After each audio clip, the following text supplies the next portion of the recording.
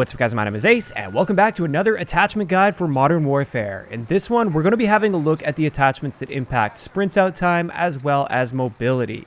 Now the reason I decided to combine the two is for sprint out time, there really aren't that many attachments that impact sprint out time, and mobility is a pretty easy topic to cover, so I thought I'd just blend them together, but let's kick it off with the sprint out times first. Now for anybody that's not aware, sprint out time is the amount of time it takes from going from a full sprint to firing your weapon. So just think about sprinting, you press the button to fire your gun. How long does it take for your gun to actually go off? Because there is definitely a delay there.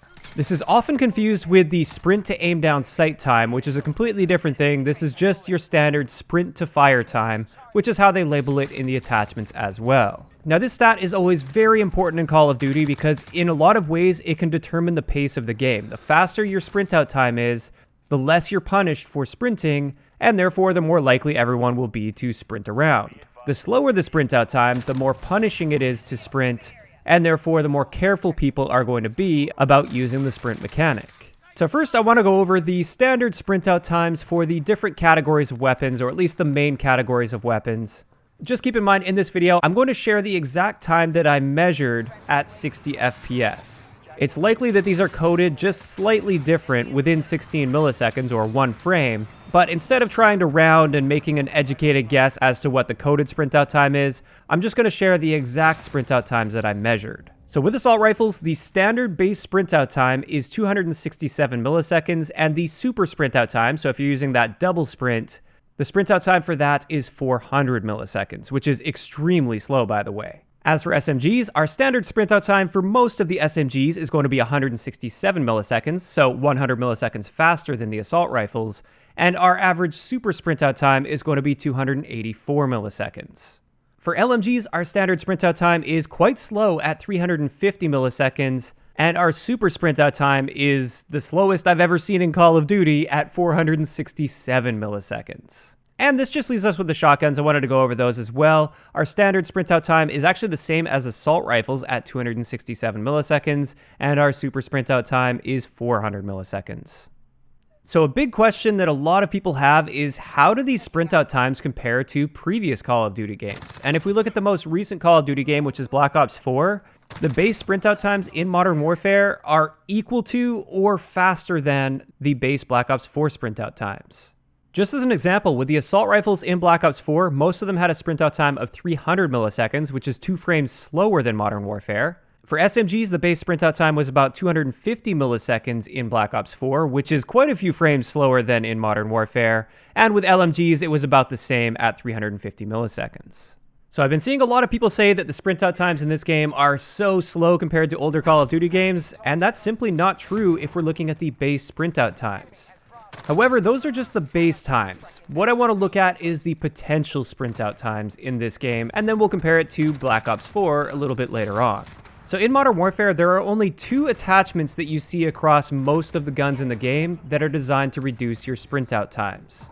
These attachments are the stippled rear grip, as well as the 5 milliwatt laser. So let's first look at the stippled rear grip and see what kind of an impact we get to our sprint out times with each of the different weapon types.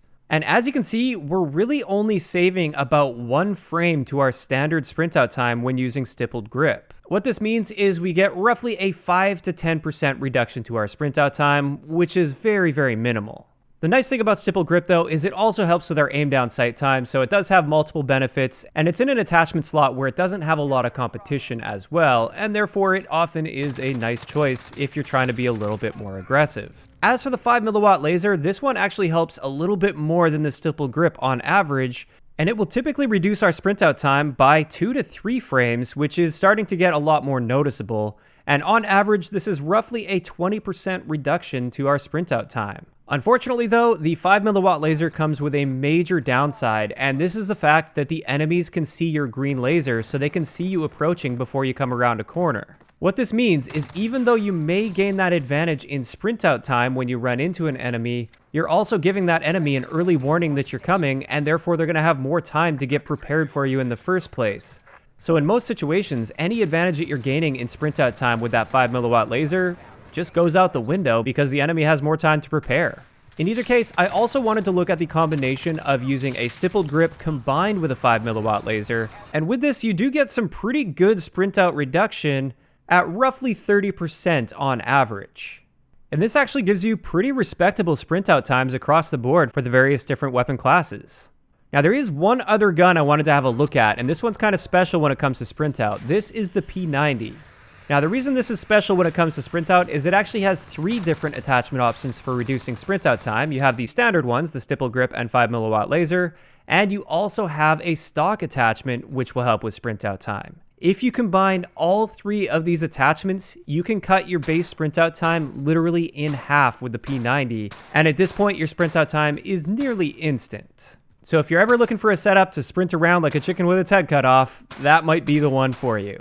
But now that we've had a look at those sprint out reduction attachments, I did want to go back and compare this now to Black Ops 4. Now Black Ops 4, you couldn't reduce sprint out time with any attachments. It was the Gung Ho perk that would reduce your sprint out times.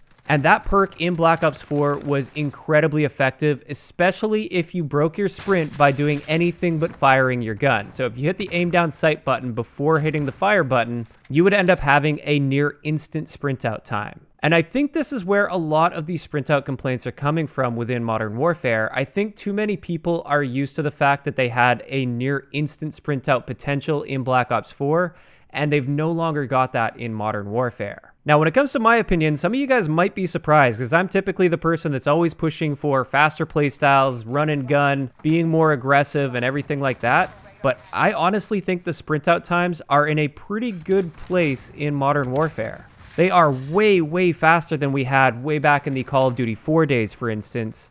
And I would say they're quite respectable overall. Having said that, I wouldn't be opposed to maybe a slight buff to the stipple grip, or maybe a little bit of a nerf to the visibility of the laser with the 5 milliwatt laser, because as it is right now, there's no way I'm going to be using that attachment because, like I said, it just gives the enemy a heads up that you're on your way so they can get pre-aimed and light you up before you even come around the corner. So out of all of the issues that I have with the game in its current state, sprint out times aren't really one of them. And with that, I think it's a good time to move into the mobility department. And this is something that a lot of people have also been curious about in Modern Warfare. What is the mobility like? So once again, I wanted to look at the different weapon types and the average mobility that you would tend to see within that weapon type. And it is a little bit different in Modern Warfare because normally all of the assault rifles have the same mobility, all of the SMGs have the same mobility, and all of the LMGs have the same mobility. And it seems like there's more variance within each class type in this game. But at the end of the day, there is still sort of an average mobility that you would see. So I will be speaking with some generalizations here, and I will be getting to the individual mobility values in each individual gun guide. But in this game, the baseline 100% movement speed is the movement speed you have with a combat knife in your hand, or with your fists, or with the M19 pistol. Some of the other pistols are a little bit slower, but those are the baselines at 100% mobility. SMGs in this game tend to have a mobility value that hovers right around the 95% range, which is a bit slower than we're used to within Call of Duty. Normally, SMGs are also at 100%, but for most of them at least, that's not the case. Assault rifles also seem to hover right around that 95% range. Some of them are like 94 or 93%, but that's right around normal for where they would sit in previous COD games. And LMGs in this game are hovering right around the 90% range, a little bit less than 90% in some cases, which is right around the range that you would expect to see with LMGs, although some of them are a little bit slower than you would normally see. So now that we have those basic general movement speeds laid out for you guys, let's have a look at some of the common attachments that will reduce your overall movement speed. When it comes to underbarrel attachments like the Commando foregrip, the Tactical foregrip, as well as underbarrel launchers, all of these seem to reduce your base movement speed by roughly 2%, give or take a little bit. This is a pretty minor reduction that you would hardly be able to notice in most cases if you're using these attachments on their own. Next up, for the barrel attachments, every gun has different barrels that have slightly different effects, so I am going to be generalizing once again, but I will get into these in greater detail in the individual gun guides. The M16 Grenadier barrel, which is the really heavy barrel, that will reduce your movement speed by about 4%, which is a pretty big reduction for a single attachment. Another one that reduces the movement speed a little bit with the M4 is the Corvus barrel, which will cut it down by 3%, so it's not quite as punishing as the M16 Grenadier barrel. And then we have the other side of it with the barrels. Some of them actually improve your movement speed, like the 11.5-inch barrel for the M4, for instance. this will actually increase your movement speed by about 2%. Another attachment, or I guess lack thereof, that you will often see with various guns is the no stock attachment, and this one also improves your movement speed by a noticeable amount at about 3%. And just keep in mind, with last year's Call of Duty, with Black Ops 4, the lightweight perk only had about a 3% increase to your movement speed. So having that no stock attachment on there is basically like giving you the Black Ops 4 lightweight perk. But this just leaves us with the standard extended mag attachments that you will often see on guns that reduce your movement speed. And these tend to have a reduction of roughly 2 to 3% to your overall movement speed. And those are really the common attachments that you would tend to find on guns that will have an effect on your overall mobility. And just like with many of the other attachments you see in this game, as individual attachments, they don't tend to have a very extreme effect. Although I would say like the M16 Grenadier barrel, for instance, that one is a bit of an outlier because that has a very noticeable impact. But just like with our aim down sight time attachments, when you start combining attachments, this is where things can really go wrong for you. So if you combine an underbarrel attachment like the Commando foregrip with one of the heavier barrels, as well as extended mags, you can start cutting your movement speed down by 7 or 8%, which is very noticeable. You're now taking an assault rifle and effectively giving it the mobility of an LMG, or even a little bit worse than an LMG.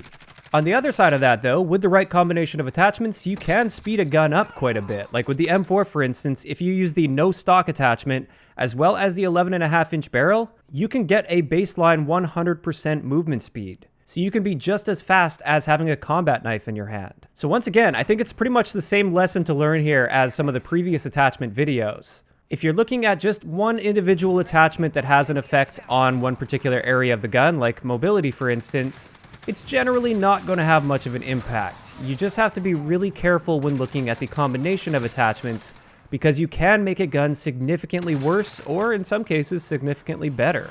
But with that, that's going to wrap it up for today's video, and I think this is going to be the last attachment guide now, and we're just going to start hopping into the gun guide episodes very, very soon. So I hope you guys are excited for those ones. I've been working on this first episode for several days now, and it's just coming together.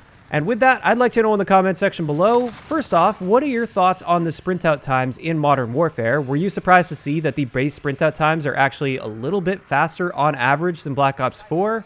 And also, what do you think about the overall mobility in this game and the effect that attachments have on that mobility? Just let me know all of those thoughts in the comment section down below. If you enjoyed the video, a like rating is always appreciated, and don't forget to subscribe for more if you haven't already. I'll talk to you guys next time.